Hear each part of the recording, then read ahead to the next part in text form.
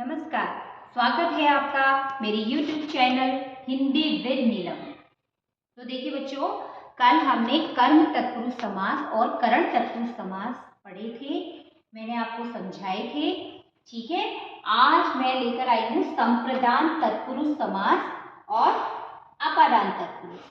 तो सबसे पहले देखिए संप्रदान। संप्रदान का अर्थ क्या होता है? आदान प्रदान करना, यानी कि लेना या देना। अब विभक्ति चिन्ह क्या है संप्रदान तत्पुरुष का? के लिए। कारकीय चिन्ह, विभक्ति चिन्ह या परसर्ग क्या है इसका? के लिए। तो समस्त पद देखिए, मार्ग व्यय, और विग्रह क्या होगा इसका? मार्ग के लिए व्यय। तो जो के लिए है कारकीय चिन्ह, अब जब हम विग्रह करते हैं मार्ग के लिए व्यय, तो के लिए कारकीय चिन्ह को अगर हटा दिया जाए तो समस्त पद क्या हो जाएगा? कारकीय चिन्ह के लिए का लोप हो जाने पर समस्त पद होता है मार्ग व्यय।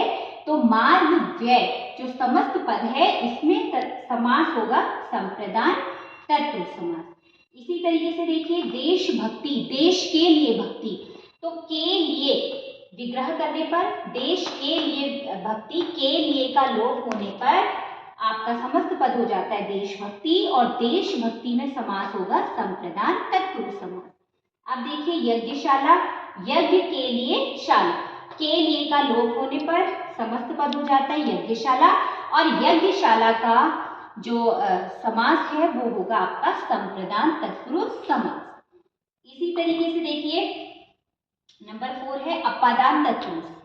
अपादान तत्पुरुष जिस समस्त पद में या वाक्य में अलगाव या अलग होने का भाव स्पष्ट हो वहां पर अपादान तत्पुरुष समास होता है। अब देखिए जैसे ये समस्त पद है कर्महीन, ठीक है, तो कर्महीन का जब हम विग्रह करते हैं तो कार्य से हीन, यानी कार्य से हीन हो जाना, अलग हो जाना, ठीक है। तो जहां पर अलगाव की स्थिति होती है, अलगाव का भाव होता है, वहां पर कौन सा तत्पुरुष समास होता है? अपादान तत्पुरुष समास। इसी तरीके से कार्य मुक्त, कार्य से मुक्त हो जाना, मुक्ति मिल जाना, ठीक है। तो कार्य से मुक्ति, जो से कार्य के चिन्ह है इसका लोप हो जाएगा। इसका लोप होने से जो समस्त पद बनता है वो कर्महीन बनता है, और कर्महीन समस्त पद का में जो समास होता है वो अपादान तत्पुरुष समास होता है।